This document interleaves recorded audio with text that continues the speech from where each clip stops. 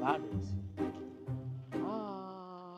Bado sana, so bado kidogo. Hapa pametulia tuli, usikie nge kama mjini. Kwa mjini wewe sasa hivi huwezi kukaa kabisa. Mjini. Mjini kuna vurugu. Yaani mjini kuna vurugu. Sasa zisipokuwa vurugu za kibinadamu, basi utakuwa vurugu hata za vyombo vya usafiri. Bodaboda watasumbulia huku naoni zao, hao wengine watasumbulia huku, basi inakuwa shida tu. Lakini huku unapata hewa safi. Na ngua nazi safi. Kwa hewa safi huku ipo. Kwa hewa safi? Ni safi. Jambo jema hilo. Huu ni mnini huu? Katani. Nanasi. Katani wapi? Nanasi hiyo. Kwa hapa katikati ndio linaota nanasi. Yana majani yanakuwa juu, tunda linakuwa hivi chini. Kuku wangu atagia mabani ndio hiyo. Huu mwembe huu. Huu embe, mengine mahindi, kuna mahindi chunga. Si haya hapa. Haya. Zingine chunga hizo. Chunga hizi. Kumbe najua kidogo. Huku kwingine kutu amelima miogo. Miogo ile pale. Juu kama kisamvu. Kama kisamvu hicho. Kwa juu kinatolewa chini miogo. Huku pasafi.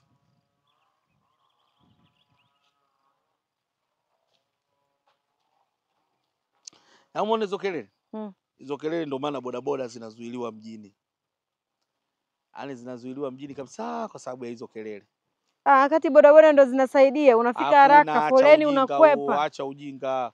Unajua watu washindwa kuelewa. Kuna bodaboda hazitakiwi zifike mjini, lakini unajua kwa nini bodaboda binafsi zinafika mjini? Pikipiki binafsi kwa nini zinafika mjini? Kwa sababu anakuwa proper, amevaa viatu, amevaa element, na anaweza kuwa na element 2, yuko smart, anaenda kazini, anapaki usafiri wake, baadaye anachukua aendeshi kama kichaa. Wanozuiliwa au wanaofanya bodaboda waonekane akili hawana ni wale wanaoendesha kama vichaa. Wewe unaendesha ndala umezining'inia hivi. Vidole yani viatu vimeshikiliziwa na vidole vya mwisho. Nani ataka kuelewe? Wanavaga viatu vya toshi. Haya, unapita pale Mahakama Kuu tunafanya pikipiki inakuja nzima, wanaenda wanaitoboa, wanaharibu. Vitu vinakuwa vya ajabu. Ni vijana tu. Swala ikipita mara moja kuna shida gani? Yaani swala sio vijana, swala sio nini. Mtu anapofanya makosa anatakiwa aadhibiwe. Na tawazibu wangapi huko ndo? Wote. Wakibadilika wao wana namna nzuri ya kukutana. Yaani sasa wanaofanya hivyo zaidi ya 200, utawazibu wangapi? Wote 200 unawaadhibu. Utawapataje? Sio kama hivyo hamna kuingia mjini. Kwa hiyo unafikiri wengi si wanawateja? Unajua bodaboda mtu anajenga kabisa. Kazi ya bodaboda mtu anajenga, kazi ya bodaboda mtu anaoa, kazi ya bodaboda mtu anasomesha shule ya gharama mtoto wake. Lakini wachache wasioelewa maana ya maisha halisia ndio wanaiona ile kazi kama part time job. Lakini kuna mtu anaendesha, mimi nishawahi kumuona mtu anaendelesha guta na maisha yake safi. Anasomesha watoto 2, analipa kodi vyumba 2 na maisha yake yanaenda. Kwa kuwa dereva tu wa guta. Sijui unanielewa? Nakuelewa vizuri mjomba. Lakini leo hii kuna mtu atakwambia ile sio kazi. Kama watu wanavyokuambia kuajiriwa kwa muhindi sio kazi, ni upimbi, wakati kuna watu wamefanya kazi kwa muhindi wanamiliki nyumba. Watu wanafanya kazi kwa muhindi wanamiliki mabiashara makubwa. Wahindi nao wagumu. Swala ugumu wao na wewe kufanya kazi kutengeneza maisha yao vitu tofauti. Wewe ukienda kufanya kazi unalipwa 50,000, wewe ndio umeona 50,000 na kutosha. Lakini wapo wanaofanya kazi kwa wahindi wanalipwa mpaka 700,000. Namna gani? Kote huko. Kote mimi najaribu kukutembeza ili mradi sasa uache uvivu. Limao. Limao.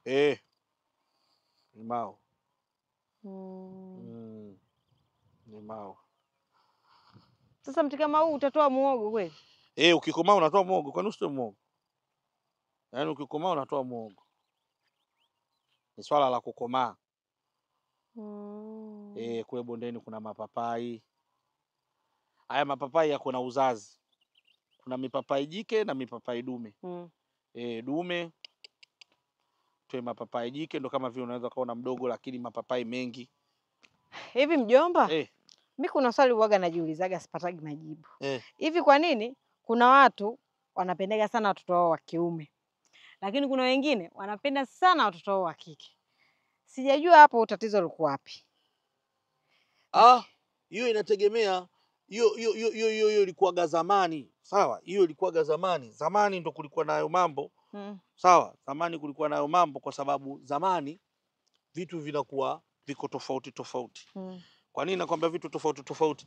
Zamani kuna watu walikuwa wanaamini mtoto wa kiume ndio anatengeneza ukoo. Na sio zamani, mpaka leo. Mwanaume, mfano mimi naitwa Nanga Litete. Mtoto wangu akizaliwa anaweza akaitwa Mwaka Nanga Litete. Yeye akiwa na mtoto anaweza akamuita fulani Mwaka Nanga Litete. Ndiyo. Yaani ile Litete haipotei. Ile ndio inakuwa alama ya ukoo. Mwanamke jina linabadilika kwa sababu mwanamke akiolewa, kama alikuwa anaitwa mfano wewe si Zama, labda unaitwa Zama Nanga Litete. Si ndio? Umeolewa, mwanaume wako labda ni Keito. Sawa? Anaitwa Keito Kae Mwambombo. Sawa sawa? Wewe utaenda utaitwa Zama Keito Kae Mwambombo. Na mtoto wetu hatoitwa Litete, hawezi kuitwa Litete, anaitwa Mwambombo, Mwambombo, Mwambombo, Mwambombo. Ndio maana wanachukia kuona ukoo unafanyaje, unapotea.